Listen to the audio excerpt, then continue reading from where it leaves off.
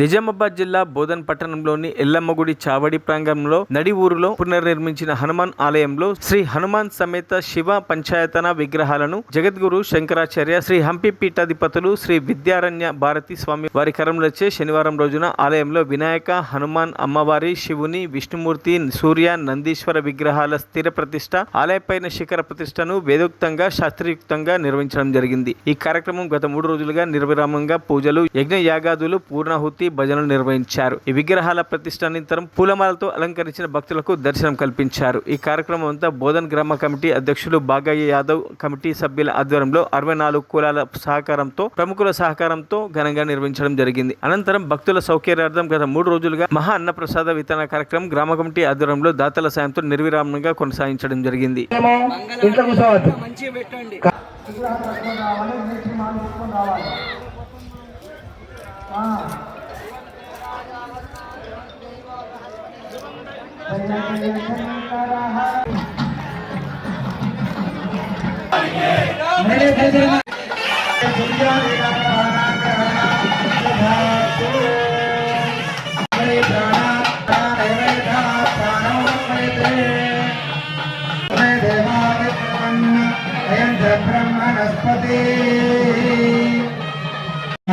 ब्रह्मणस्पति ध्रुवन्तेन्द्रश्चाग्निश्चराचन्ध अरे प्रदग्नागैः श्रियामा परिपातया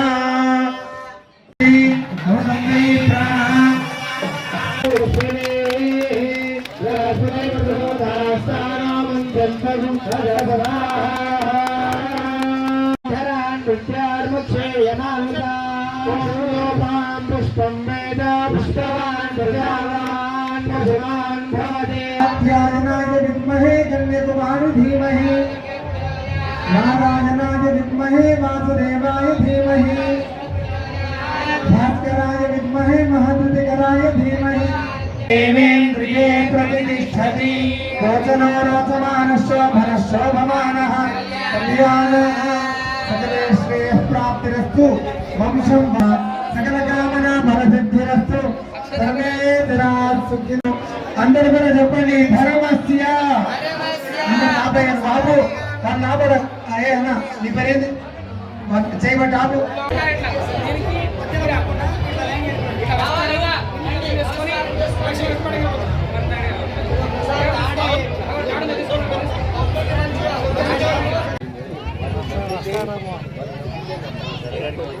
గంగారెడ్డి చూడే రుద్ర సత్యనారాయణ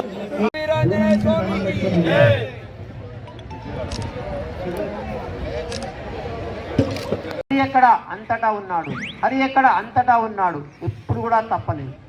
చివరికి స్తంభంలో ఉన్నాడా అంటే ఏమన్నాడు? ఉన్నాడు అన్నాడు. ఒక్క క్షణం కూడా ఆలోచన చేయకుండా అంత విశ్వాసం. మనకంత విశ్వాసం ఉంటే ఖచ్చితంగా మనకు నరసింహస్వామి ప్రత్యక్షమవుతాడు. అట్లా అప్పుడు ఏమైంది? హిరణ్యకశిపుడు ఏం చేశాడు? స్తంభాన్ని నుంచి ముద్దు పెట్టుకున్నాడా? ఏం చేశాడు? గదతో కొడితే ఎవరు వచ్చారు అక్కడి నుంచి? మొట్టమొదటి ఈయన కోరుకున్నటువంటిది జంతువుతో చావు రావద్దు, మనిషితో చావు రావద్దు అనుకున్నాడు. కానీ ఇద్దరు కలిసినటువంటి అవతారం వచ్చింది అక్కడ, అదే నరసింహ అవతారం. చూసారా? అహంకారంతో కనుక మనం కోరుకుంటే మన యొక్క చావు తథ్యం అనడానికి ప్రత్యక్ష ప్రమాణం మనకి. అవతారం వచ్చింది. వచ్చిన తర్వాత ఏమైంది? ఇంట్లో కాదు, బయట కాదు, గడప మీద. అందుకని మాతృమూర్తులు గడపకి ఏం పూస్తారమ్మా? ఇప్పుడు పూస్తున్నారు, అంత పెయింట్ పూస్తున్నారు. ఇప్పుడు నరసింహస్వామి యొక్క ఆసనం గుర్తుపెట్టుకోండి. గడప అంటే తొక్కకూడదు, కూర్చోకూడదు, ఎప్పుడు కూడా దండం పెట్టుకోవాలి. తర్వాత పొద్దున కాదు, రాత్రి కాదు, సాయం పూట సంధ్య అంటే సూర్యుడు మునుగుతుంటాడు, చంద్రుడు వస్తున్నాడు సమయంలో సంధ్యాకాలం అంటారు. ఆ సమయంలో ఇంట్లో దీపాలు పెట్టాలి. ఆ సమయంలో భూమి మీద కాదు, ఆకాశం మీద కాదు, తొడ మీద. ఏ అస్త్రము లేదు, ఏ శస్త్రం లేదు, గోర్లు. చూసారా? అహంకారంతో ఏదైతే కోరుకున్నాడో నాకు చావు రాకూడదని వాడు త్వరగా చనిపోయాడు. ఇది ఒక పక్కన. రెండో పక్కన వెళ్ళిపోవాలి.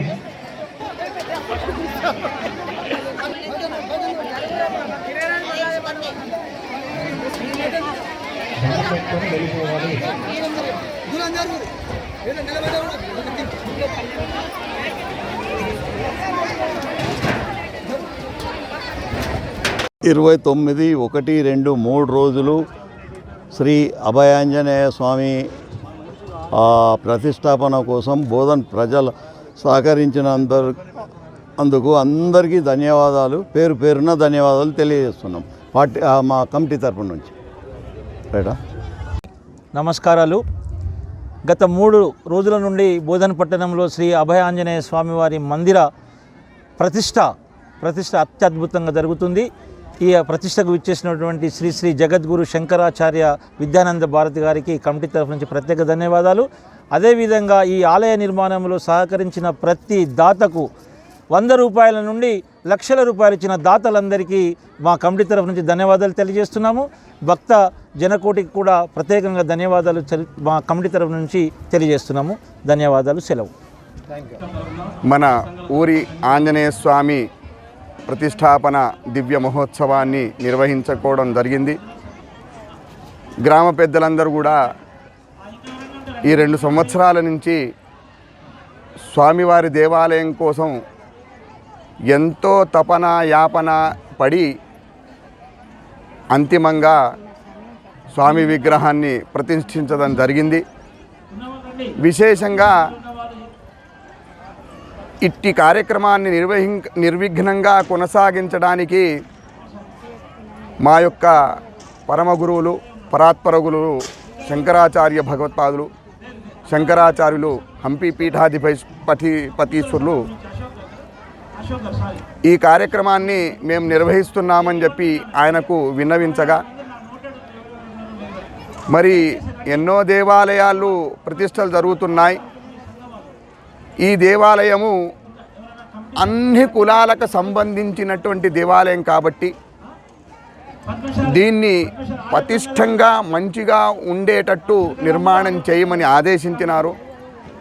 మరి స్వామి ఎటువంటి ఆలయాన్ని నిర్మించాలో ఆయనకు సంప్రదించాము. శిల్పశాస్త్రులకు ఆగమశాస్త్ర పండితులకు అందరికీ సంప్రదించి మహత్తరమైనటువంటి ఒక శిలా ఆలయాన్ని నిర్మించు అని ఆదేశించినారు. మేము అది అవుతుందో కాదో అని సంకల్పాన్ని నిర్విఘ్నంగా కొనసాగించాలని స్వామివారిని ప్రార్థించగా ఆయన మాకు ఒక కొబ్బరికాయని ఇచ్చారు. అట్టి కొబ్బరికాయని ఆ దేవాలయం కింద భూమి పూజ రోజు పెట్టినాము. అప్పటి నుంచి ఏ ఆటంకం రానియకుండా ఆ స్వామివారు మాకు వెనుక నుంచి కాపాడి ఈరోజు వరకు ఇట్టి మహోత్సవాన్ని దిగ్విజయం అశేష జనావళి వచ్చేటట్టు చేసి ఎంతోమంది శత్రువుల నుంచి దూరంగా ఉండి ఈ కార్యక్రమాన్ని నిర్వహించారు. అట్టి కార్యక్రమంలో మా గ్రామ పెద్దలందరూ కూడా ఏకధాటిగా అందరూ కూడా నిలబడి ఇట్టి కార్యక్రమాన్ని నిర్వహించుకోవడం అశేషమైనటువంటి విశేషం. వాళ్ళందరికీ కూడా మా యొక్క ధన్యవాదాలు. భక్తులు కూడా అధిక సంఖ్యలో పాల్గొని ఈ మహోన్నతమైనటువంటి కార్యక్రమాన్ని నిర్వహించడం, దాంట్లో పాత్రలు కావడం అనేది మహా గొప్పతనం. వాళ్ళందరికీ కూడా ధన్యవాదాలు తెలుపుతున్నాం. మరిన్ని అప్డేట్స్ కోసం మా ఛానల్ని సబ్స్క్రైబ్ చేయండి.